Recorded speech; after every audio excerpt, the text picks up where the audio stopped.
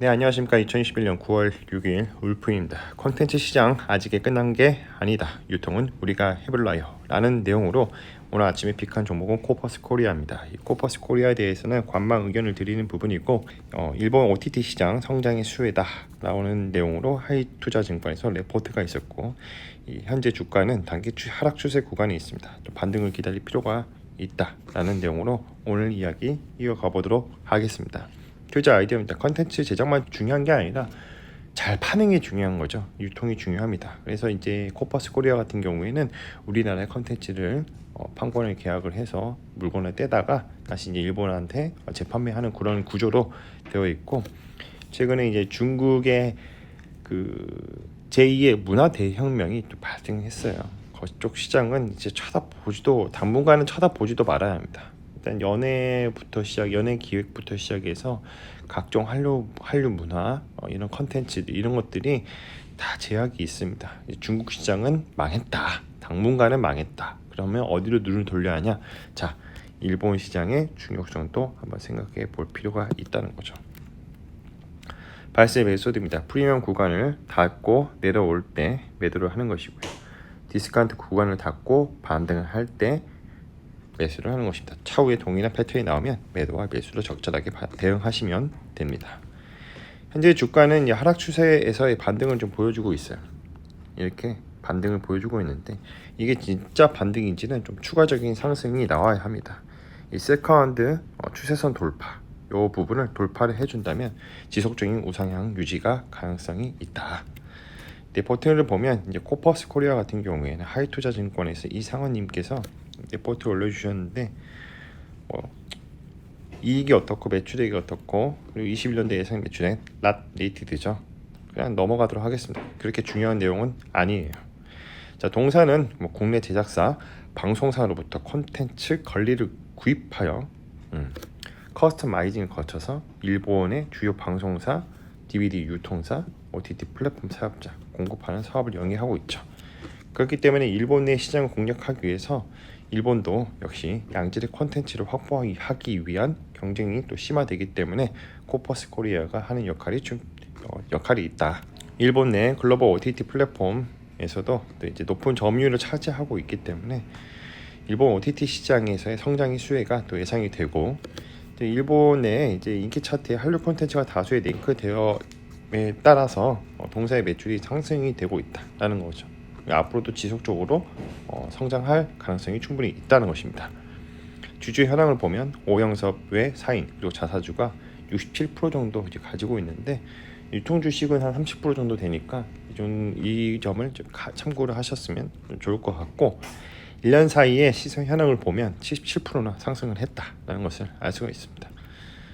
사업 요약을 보면 이제 똑같은 내용을 반복이기 때문에 그냥 넘어가도록 하겠습니다. PER 밴드와 PBR 밴드 차트를 보면 중소업체이다 보니까 정확한 그런 계산 산정이 잘 안 돼 있어요.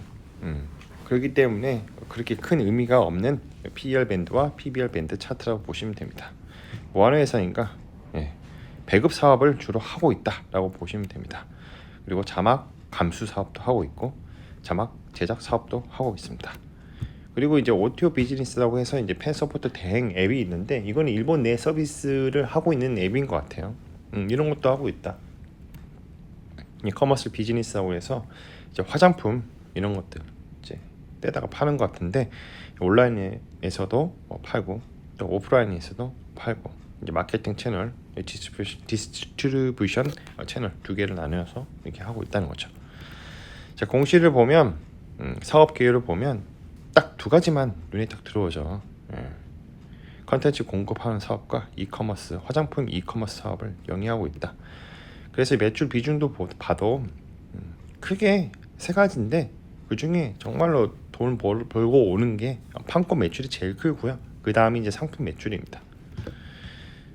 그 중에 이제 전성권, 이제 OTT 업체나 이런 방송사한테 납품하는 게 제일 돈을 많이 벌어오고 있고, 그 다음에 이제 화장품이라는 거죠. 우리나라의 방송사와 제작사한테 이제 계약을 합니다. 판권 계약을 해서 야, 우리가 일본 시장에 진출을 하려고 하고 너네들한테 일본 업체한테 우리가 자막을 붙여서 팔게. 일단 컨텐츠 줄래? 하면 이제 계약을 해서 갖고 오고요. 자막을 붙여서 이제 일본 업체한테, 방송사, DVD사, OTT 플랫폼한테 납품을 하는 것입니다. 자막 감수 역할은 이제 보면 이런 구조로 되어 있다. 그래서 이런 것들도 있다라고 참고를 하시면 좋을 것 같고요. 이제 앞으로 역할이 좀 중요한 것 같아요. 그래서 코퍼스 코리아와 코퍼스 재팬의 그런 신규 사업의 개요를 보면 이제 미래에는 이제 이 친구들이 콘텐츠 기획과 개발, 제작, 배급, 채널 사업까지 밸류 체인을 완성한다는 그런 큰 꿈과 그림을 그리고 있습니다. 보유 IP를 통한 또 부가적인 사업을 창출하겠다는 거죠. 그렇기 때문에 지금은 당장은 뭐 미약해 보일 수 있고 뭐 컨텐츠를 단순히 떼다 파는 것으로 보일 수 있지만 이런 것들이 이제 노하우가 쌓여서 일본에게 맞는 그런 이제 한국의 컨텐츠를 좀 새롭게 만든다거나 발굴한다거나 아니면 조인해서 이런 거 제작을 자체적으로 한다거나 또 이렇게 크게 노려볼 수가 있죠. 그래서 저의 코멘트는 한류 컨텐츠 보급, 일본 보급은 코퍼스가 일임에서 담당을 한다. 과거에 이제 일본의 한류 문화, 정말 오래된 이야기인데 배용준이었나요? 기억도 안 나네 이제는. 그런 한류 문화도 이 드라마와 같은 컨텐츠가 처음 시작으로 크게 성장을 해서 그렇게 장악을 했던 것입니다. 그렇기 때문에 중간에 어떻게 유통을 잘 하느냐, 어떻게 마케팅을 하느냐, 그런 것들이 되게 중요해요. 그래서 코퍼스 코리아도 이제 일본에서의 그런 컨텐츠 보급에 힘을 쓰고 있고 앞으로도 성장성이 또 돋보인다. 일단은 현재로서의 보면 또 이제 중국이 망해 가고 있기 때문에 일본이 더 부각될 수밖에 없죠. 마무리하겠습니다. 가격은 어떻게 결정되는가? 수요와 공급의 법칙을 따르게 되고요. 이 니어 옵션이 발생하게 되면 주가는 계단식으로 상승하게 됩니다. 그러다가 이제 가속화가 발생해서 팍 하고 오르게 되죠. 이때에 가격이 바뀌었으므로 사람들의 생각이 바뀌게 됩니다. 누군가는 매수할 것이고 누군가는 매도할 것이죠. 그러다 시간이 지나면 주가는 원래 흐름으로 흘러가서 펀더멘털로, 원래 펀더멘털로 수렴하게 되는데 이를 리얼 옵션의 만기라고 합니다. 전제 조건은 모든 가격은 시간에 종속되어 있고 이 세상에는 영원한 것은 없습니다. 역사는 반복되고요. 절대로 시장을 이기려고 하지 말자. 미스터 마켓은 항상 옳다라는 생각을 가지자입니다. 자, 오늘은 코퍼스 코리아에 대해서 말씀을 드려봤고 일본 OTT 시장 성장의 수혜라는 내용의 하이투자증권에서 레포트가 있었고 이 단기 하락 추세 구간에 있는데 이 반등을 찐 반등을 돌파하는 그 반등을 좀 지켜볼 필요가 있다. 기다릴 필요가 있다. 라는 내용으로 오늘 이야기 여기서 마무리하도록 하겠습니다. 컨텐츠가 좋았다면 구독과 좋아요, 알람 설정 부탁드립니다. 오늘도 들어주셔서 감사합니다.